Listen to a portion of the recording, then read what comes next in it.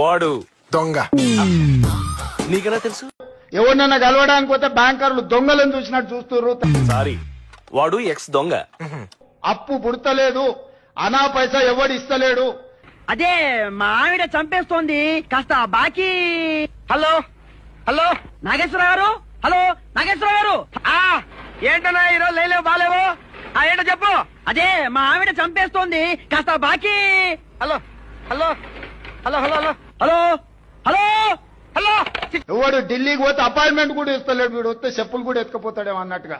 ఎవరినన్నా కలవడానికి పోతే బ్యాంకర్లు దొంగలను చూసినట్టు చూస్తుర్రు. నువ్వు చెప్పుకోవడంలో నీ సిగ్గుపోతా ఉంది అక్కడ. వాస్తవంగా చెప్పానంటే నువ్వు నాతో మళ్ళీ చెప్పిస్తున్నావు.